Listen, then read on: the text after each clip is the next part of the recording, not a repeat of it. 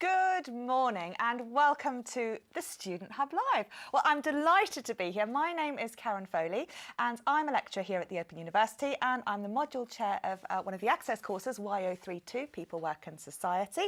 And I also teach in psychology and the social sciences. But my job today is to present these 2 hours of study skill sessions for you.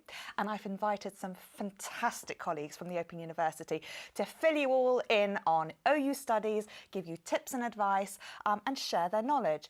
But this is a live online interactive event, and the most exciting thing is for you to talk to other Open University students at home.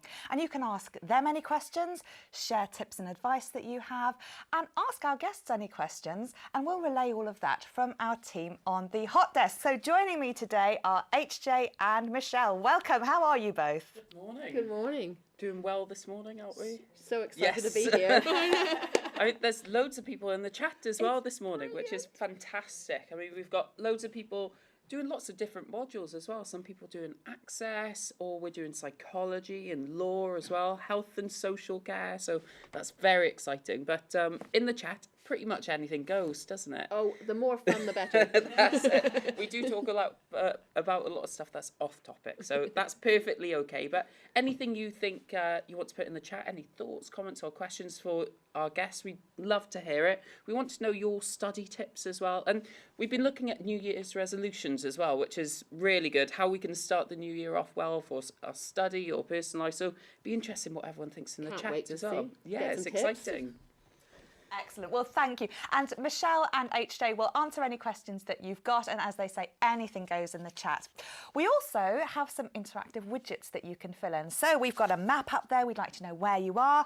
We'd like to know how you're feeling right now. So some of these word clouds, we call them, have 3 sections. And you need to put something in each section, otherwise your results won't submit. So if you can't think of 3 things, just put 1 or 2 in and a full stop or a cross, and then you can press submit, and you'll also then see what everyone else at home says. We'd like to know which level you're studying. So we've got level 1, which would be access and things beginning with 1. So things like DD 102, DE 100. We've got a lot of students here. Level 2, I've heard there's some DD 210 students in. Level 3, postgraduate, and you're not currently studying. These Student Hub Live sessions are open to anybody, and we have about 1 a month throughout the year. And we have these broadcast sessions like today, but we also have workshops in Adobe Connect, which is the Open University's online tutorial delivery platform. And we've got one this week actually on essay planning. So if you'd like to find out more about that, go to the Student Hub Live website, studenthub.live.open.ac.uk, and you can get your free ticket for that. Places are limited, so if you'd like to come along, please do. That's on the evening of Wednesday night. We'd like to know which subject you're studying as well, and if you've been to one of our events before. So do fill those in so that we know who's out there right now. So today we've got 2 hours this morning, and we have a session this afternoon as well, which you're very welcome to attend. But what we're going to cover this morning is preparing to start, making a plan and getting set up. And I'll be talking to Rachel Penny about that. We then have the lovely Michelle coming off the hot desk and onto the sofa with Frank to talk about time management, a really, really important thing that all of you OU students need to get to grips with. So we'll be having some fun doing that. Then we're going to take a look at evaluating your skill set and thinking about where you are right now at your studies, bearing in mind that, you know, a lot of you starting in February have about a month or so before you start. And I know some people are very keen to get ahead. So we'll be looking at what things you might want to think about doing if you'd like to do that. Not that it's essential.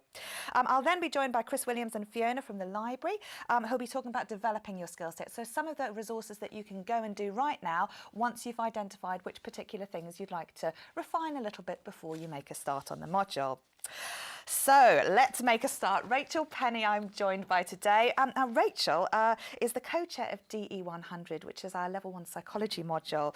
And she's been working as a tutor since 2004, haven't you, Rachel? Yeah. And you teach on a range of different courses, and you're really, really keen to look at the way that students develop study skills, which is such an important area of OU life. So thank you for joining me today.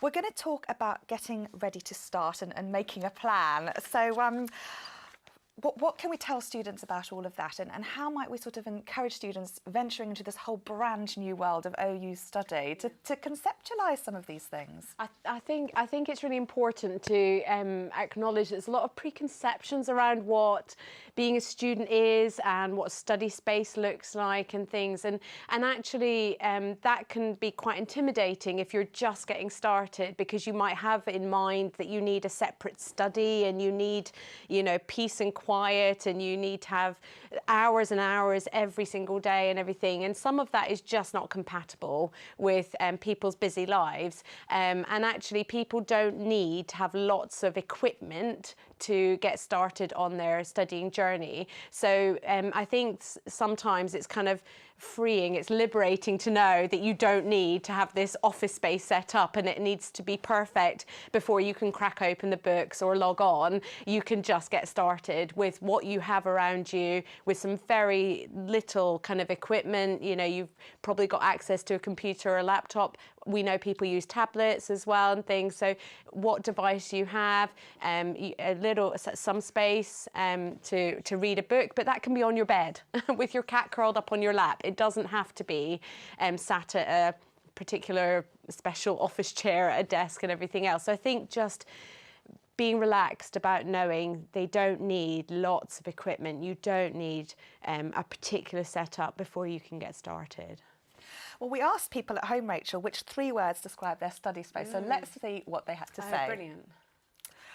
Organised, comfortable is the most important thing coming up, and I quite agree with that. Corner of the bedroom, kitchen table, messy, garden outlook, excellent. Natural light, relaxing, homely, cluttered, busy, a lot going on. My work desk, compact, work in progress, comfortable, serene, tidy at the moment, organised, taking over. So lots of words coming up, things like kitchen table, office, compact, serious and tidy. So people are adding to that all the time. But what we can see from that is very, very diverse things, and things that seem to be split into 2 areas. I mean, I'd sort of say there's a lot of emotional words there, like comfortable, and then there's a lot of practical things like where it is. Yes. And what you're saying, I guess, is that it's a combination of the 2, isn't it? Something about being in the right headspace, the right mentality, as well as having enough there that you can study with that's not too distracting. So it's all a balance, isn't it? It is a balance, and I think it's about knowing what's realistic for you and also what works for you. So you might be somebody who needs peace and quiet. You might need that, and that might help drive when you study. So you might choose times in your week when it's peaceful because that's what you need. Other people need music and don't mind background noise going on. So for them, they might be able to choose a different time of the week to study because actually having peace and quiet isn't so important. So it's about discovering what works for you. And when I was a teenager, I loved having music on while I was studying. Now I need complete peace and quiet when I'm working. So I think also sometimes these things change, and it's balancing kind of what works for you with what's realistic as well. And I think being comfortable is a really important one, because when we're uncomfortable, it's really hard to keep going with a task. So I think being comfortable is probably one that will come up for a lot of people. I think I noticed organised clutter. Some people that organise, I'm thinking about my desk and feeling that definitely rings true. Organised clutter is definitely, if I waited to be tidy, perfectly tidy, I'd never get anything done. And it's amazing how tempting that ironing pile looks, or that tidying up does when you've got an assignment to write or you've got a chapter to read and stuff, and it's so easy to kind of go, oh, just do this first. And I think again, it's about knowing, no, this is my study time and I'm going to do that, and you know that it doesn't, I can just switch off the rest of what's in my environment. But I think having an environment that is conducive for you to study, and that might not be what everyone else needs, and it might not be what other people you meet who are studying needs. It's about knowing what works for you and what helps you to be in the right headspace for studying. And I think often it is a case of try a few different things, see what kind of environment, what kind of noise level you can work in, and start to build on that. But often it's a case of try it and see. Yeah, because I bet, I mean, I know for now, like I've sort of refined how I can work and where I can work, and having children really made me work a lot more flexibly than perhaps I'd done before. So you adjust and you do things differently. But sometimes, I mean, we talk about preparedness to study, and we ask people at home how prepared everyone feels. Let's see what they said, because it was quite a middling thing, and I think it's a challenge because we talk about studying, but we don't really know what it is until we've started. So let's see what you said at home about preparedness to study. So some people feeling very prepared, some people not very well at all, but most people are sort of somehow in the middle of that preparedness. So it's a challenging concept, and something we'll be talking about a bit later today in terms of thinking about your skills and things. What might you tell students now then, Rachel, about having this flexibility but being a month ahead, as organised as they are? Because they're probably very prepared if they've turned up today. That's true, yes. What would you say the most important things are about thinking about preparing then? I think it's nice to have in your mind how you want to get started. So maybe have a bit of a plan for the first week or two. Don't look too far down the line, because as you absolutely rightly said, actually, until you start studying, you don't know how it all feels. And it might be that people have had a bit of a break from studying. Maybe the last time they studied was when they were at school, and that could be 6 months ago, that could be 6 years ago, 16 years ago, you know. So I think that some of it is about trying not to carry kind of old things forward, because it might feel very different. So have a bit of a plan, have a bit of a think. Look out for when your module materials arrive. Some people might have them already. People probably don't all have them at the moment. And have a look through them. As soon as you get access to the module website, go and have a browse, because actually just navigating around the sites and things, the student home, go and have a look around. There's a really useful help guide. Go and have a look at it, because there's lots of topics you might not need right now. But actually knowing that they're there and knowing where to go to find them will save you a lot of time later when other things are busier. So this month is a bit of a gift in that sense. You know you're going to start. You've got a countdown. And so now it's about just getting familiar with everything. You know, people that are joining us online today, it's a great start, because you'll hear lots of useful tips and advice. You get to chat to other students. There might be Facebook groups already starting for the B presentation modules. Go and join, you know, get chatting to other people, find some study buddies, because again, that community is really important, and feeling part of the OU community is really great, especially because we're distance learning and we all are in that position. Your tutors are distance teaching, so they will absolutely understand some of the same issues that you'll be having. So they are finding that organised clutter to work in, to teach from, to mark from. So they will really understand kind of all of that stuff about finding that right space to study and also getting prepared. So yeah, have a think. Get online. I would really recommend navigating the module websites, because that means you hit the ground running when module starts. In fact, to do the first week, you know, you can do that. As soon as you have access to the module website, go through it, because you might want to take longer on that week, because there's been lots of induction stuff. Get yourself settled in. There's induction materials for the OU. Go and do that induction bot. Go and do your subject-specific induction, because actually some of that stuff will just get you into the right mindset, have you feeling more comfortable, and again, going through those will start to test your study space and see if it's working for you, where you are studying and where you're kind of doing these things. So it's a really great testing time actually, and you've got plenty of time to just go through these things slowly and build up to module start. Absolutely, no, that's a great thing. And the BOC, which is the Badged Open Course, we talk a lot of acronyms at the OU, but you'll see that on the resources page of the Student Hub Live website, and that's a brilliant thing to start getting yourself set up to study with. Now, people are talking about stationery, a very popular topic, and Amy, Stacey, Cheryl and Marcus say it's lovely to buy it, but make sure you're using it. So HJ and Michelle, what's everyone talking about at home? Well, we've got a lot of chat about stationery as well and study spaces. Catherine supports coffee shops as a study space because being at home can be a bit distracting. I agree with that. I get distracted way too easily.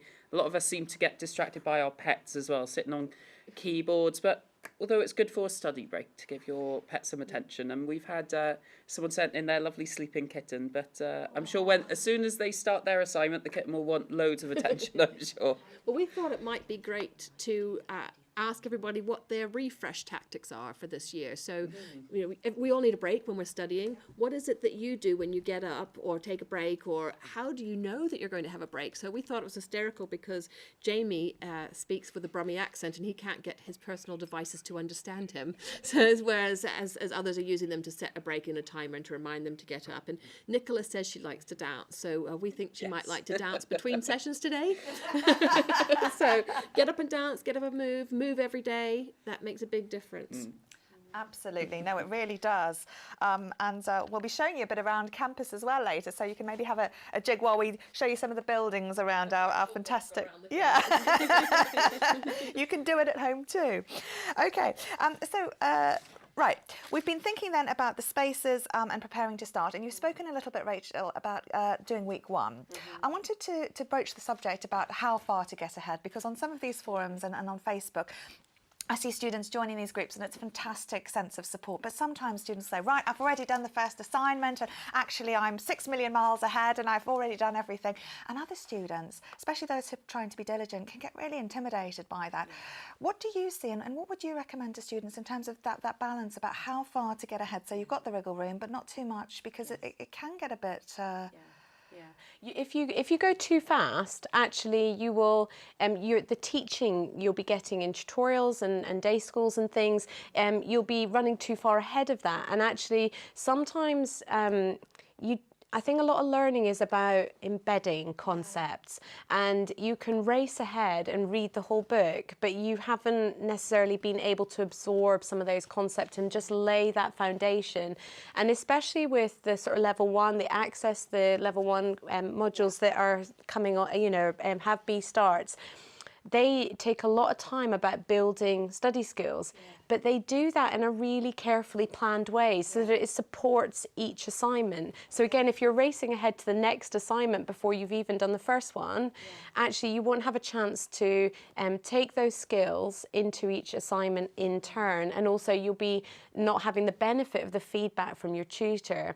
Now, that's not to say that I don't recommend getting a little bit ahead, because we all know life happens and you can't anticipate when something might come up at work, or there could be a family illness, or you yourself could be poorly. And so actually being a week or two ahead of the schedule is quite a comfortable place to be, because it gives you that buffer if anything means it's suddenly more demanding of your time one week particularly, so you don't get too far behind. But it just means that you're staying in touch with conversations that are happening on your forums, in your tutorials and everything else. So you're not racing too far ahead and actually missing the benefit of embedding concepts, taking on board feedback and building things through the structured way that the module has. And I mean, at the end of the day, the module final assessment, the exam, whatever you have, it happens on a certain day, and you can't, you can't get the module result any faster. No. So there is no benefit to being 6 months ahead, So a week or two, brilliant, gives you a really nice buffer, allows for a busy week or busy couple of weeks, a holiday you've got planned, that's absolutely fine. But don't be intimidated if people are saying, I've read the whole book or anything else. You're just taking things more slowly. You're embedding the concepts, and a lot of learning happens slowly by repeating things and going over things again.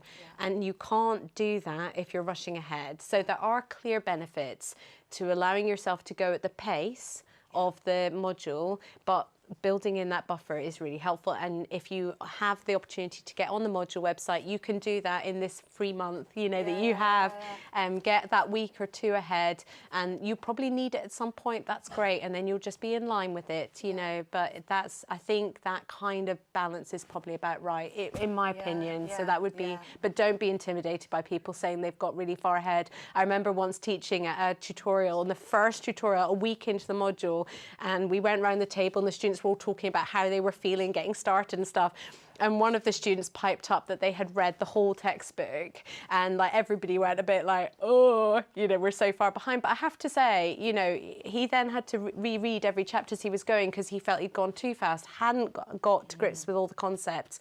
And I don't think it was beneficial in the end for him. I don't think he did it again. No. So nothing wrong with reading ahead. If you're really into a chapter or anything, I don't mean don't do that, but just the way that the modules have been structured have been done with a lot of thought and a lot of consideration, and so there's a reason why they're pacing themselves in that way, and so maybe that's quite helpful to be aware of.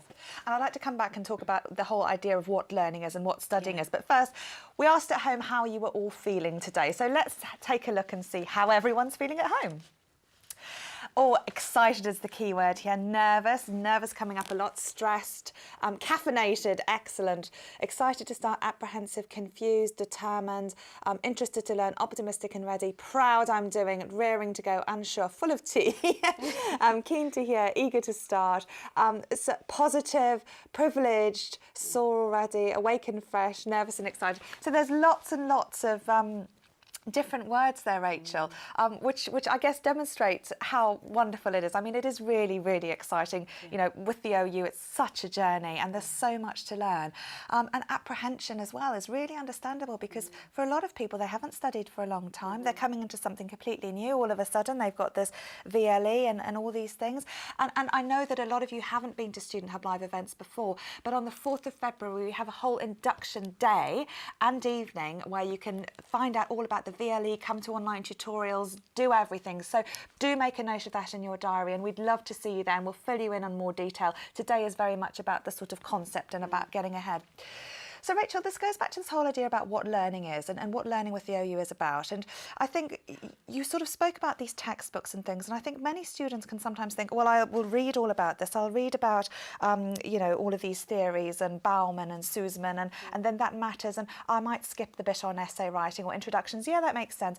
But what you're saying is that a lot of the time, these skills are things that need to be repeated and worked through with time. And it's almost like you can know how to write an introduction. I bet many students can say that, but actually how to put it into practice is really where you get your marks, isn't it? Absolutely. So it's this balance between the skills and content. What would you say then to students about sort of trying to bear those two things in mind when they can want to be highlighting and sticky noting and really focusing on the content, because ultimately that is the exciting part of what you're learning and that makes you feel like a student.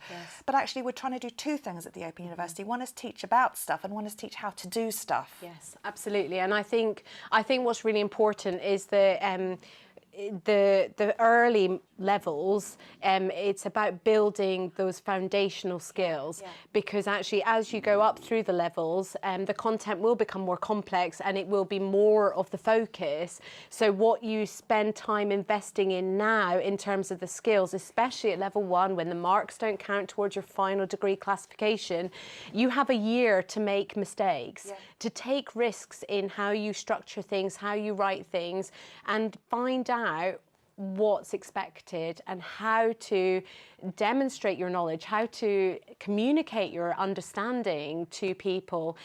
So I think that it's an important part of the degree journey, those study skills, because the more you do now, the less you have to do at the higher levels when the content is more intense and more complex and you'll be looking for sources outside the module materials. So it is a balance, and obviously we hope that the content is the really exciting bit, and we know that the skills work is the bit that you have to do but it's not as interesting. But all the time you invest in the skills work at level 1 and at Access, it really pays off at level 2 and level 3, because actually then you're able to communicate, you're able to write in a way that means that you're not waffling, you know, it's all those things. And the feedback you'll get from your tutors at level 1 and Access, where they're really focusing in on how are you developing your skills and how are you using that to work with content, and you'll get a lot of feedback around the skills stuff. So again, the more you actually practice those skills, the more relevant the feedback is, and it means that when you come to those higher levels, you're in a really strong position. So take risks, really go for the skills. You may have written lots of essays in the past, but actually if you haven't written academic essays before, there's particular ways of writing, communicating, making points. And again, this is your opportunity to go for it and just see how it works and take the time now, because it'll pay off later in your academic journey and your higher levels of degree. So it is.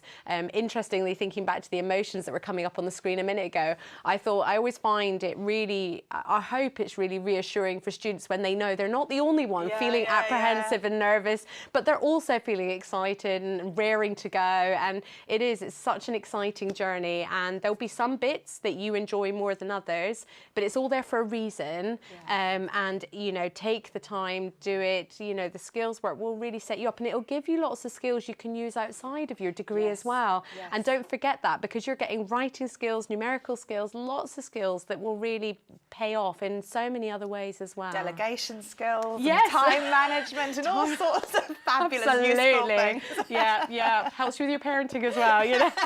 Patience, time management. And that's why many employers like students who've They studied do. with the OU, Yeah. because you do, you know, you pick up so much as you're working through. HJ and Michelle, I hear people are talking about the February induction event. What's everyone saying, and how can we help? Yeah, so we've got a link in the chat just for the event, so everyone can save it and come along, which will be absolutely fantastic. We are talking about being a bit nervous for starting as well, as we always are. Marcus has got the day before back to school feeling, so we're going to get our big backpacks on. But yeah, Tina's got a good tip. She did some of the online courses as well, just to get used to studying. And Helen's got a great tip of trying hard to keep a routine as well, just so you get in the habit of doing things and studying regularly, which is fantastic. But yeah, one thing Dylan asked, we have answered it, but we want some reassurances. Once we get the textbooks, are we allowed to write in them, or do we have to keep them pristine? And I did say it's tempting when you're first starting out to highlight everything or to rewrite everything when you're taking notes. So we're going to post some links to note-taking tips up in just a That's little it. bit. So we've But got... my book's always messy and full of notes, so that's perfectly fine. We like that, don't we? We've got to figure out what works for you. That's it. Absolutely right. We've got people from 19 to 75. So Wow. a wonderful range of ages. And we have people from all over. We've got people from up north and down south. No one from Cornwall yet. So come on, Cornwall. Come on. We've got people from all over. And I know Nicholas says he's enjoying the sunshine in Portugal, so that's absolutely fantastic. Oh, I love Portugal. And actually, that makes me think that J.K. Rowling spent a lot of time in coffee shops. She spent 2 years in Portugal as well. So you can have inspiration wherever you're studying. You can be inspired, and who knows, you might be the next J.K. Rowling. And we've got 3 in the EU, someone in South America, Australasia, Asia, and 5 from other places. So I wonder where they are, but it's Maybe fantastic. Cornwall. Maybe Cornwall. No, I don't think so, Michelle. Wishful thinking. But it's lovely to see you all here today and getting to know everybody else as well. Okay, now one of the things I did want to fill you in on, although I know a lot of you are level 1 students, is that today is the day that the NSS, which is the National Student Survey, launches. And if you're invited to take part, then you will receive an email from a company called Ipsos Mori. Now, the NSS is one way that students can have a say about the university, and typically it's done for students sort of ending their university. But for a lot of students, particularly level 1, they might be locking a module on right towards the end. So if you've received an email, then please do fill it in. It's really important. Whether your experience of the OU is good or bad, we'd love to hear about it, as do all other universities also. And things like the Student Hub Live actually came out of some of that feedback, that students wanted more chance to talk to other people in online spaces, so it can have a really positive benefit. So if you've got an email, then please do fill that in. And if you know somebody who's got one, also please do that too. Right, now we're going to show you some other things around the campus. So we're here at the Open University in Milton Keynes. It's a fantastic campus. Anybody can come up here, although there aren't typically many students around. But the library is a wonderful place that I know many people do like to come and visit. So I'm going to show you around some of the campus in our break. Well, Nicola, I must remind you, takes time to dance during the ad break. We're going to show you the Venable building, and I'm also going to show you a little trailer as well about the event that's coming up on the 4th of February, which will be the induction. Also, just to plug our YouTube channel, I know a lot of people have been subscribing to that, but we've got some great sessions like today's one on things like reading, note-taking, writing, and various things. And there are various playlists as well that you might find useful also. So if you'd like to gen up on a particular area, then that would be great. Rachel, thank you so much for coming along today. That's been a really, really useful session. Everybody at home, enjoy your dancing or whatever you're doing while we have our quick break, and we'll be back for a time management session in just a few minutes.